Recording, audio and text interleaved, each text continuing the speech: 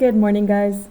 Today we're going to be talking about the Quartering Acts and the Boston Massacre all in one. Give me a second. Sorry, my computer is not working with me. Awesome. So for today's objective, scholars will be able to identify and describe the Quartering Act and the Boston Massacre and explain the relationship between the two. All right, so for your do now, you are doing a collaborative board.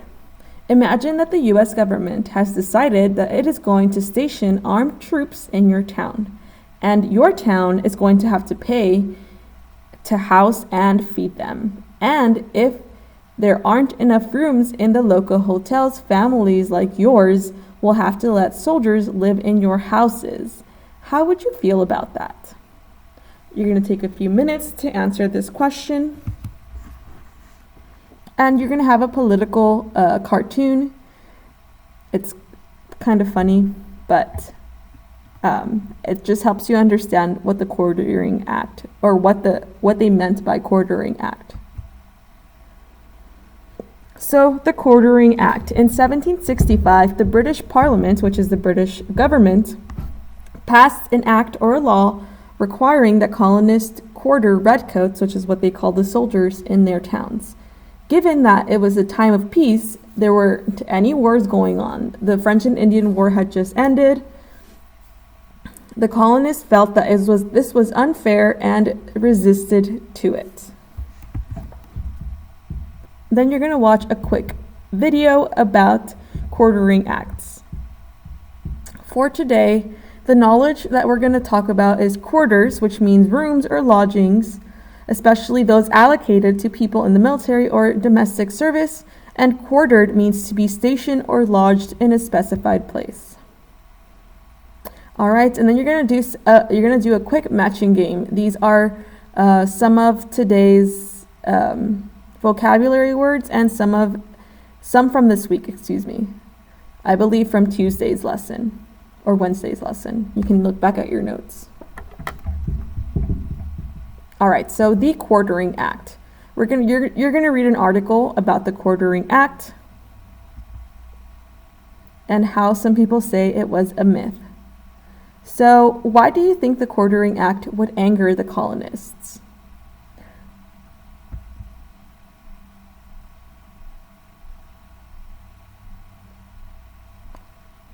And then we're going to talk about the amendment that was used in response to the Quartering Act. So in response to a law, they made another law. And to be specific, this was Amendment number 3. So be sure to click on the page that is given to you in your top right-hand corner and read through it.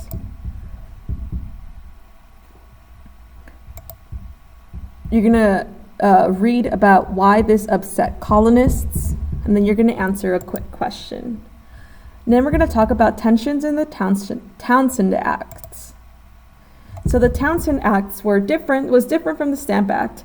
This act taxed colonists on tea, glass, and paint specifically. So it was not like the Stamp Act because, again, it had nothing to do with paper. However, this tax added 3 pennies on tea, which was very unfair to the colonists because this is what they drank mostly.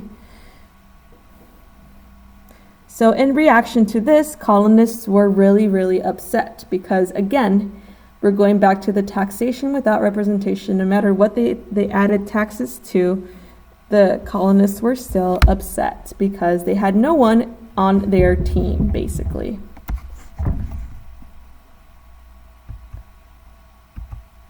So now, let's get into the Boston Massacre. So because all of these soldiers were sent to these towns, there were a bunch of soldiers just walking around with weapons. And this made for a very tense atmosphere. People were really, really uncomfortable. So eventually, tensions between the soldiers and the colonists erupted into violence. You're going to watch a 3-minute video talking about how the Boston Massacre started. Then you are going to tell me what you think happened in the Boston Massacre. What is your opinion? Because there are two differing opinions on this. Then you're going to learn a little bit about Crispus Attucks. So Crispus Attucks was an African American who was killed in the fight. He was the first one who was shot. And this is considered to be the first casualty of the American Revolution. So remember, everything is leading up to a really, really big argument. The colonists are not happy with the British government. They're not happy with any of these British soldiers in their towns. And so this was considered to be the first battle of the American Revolution.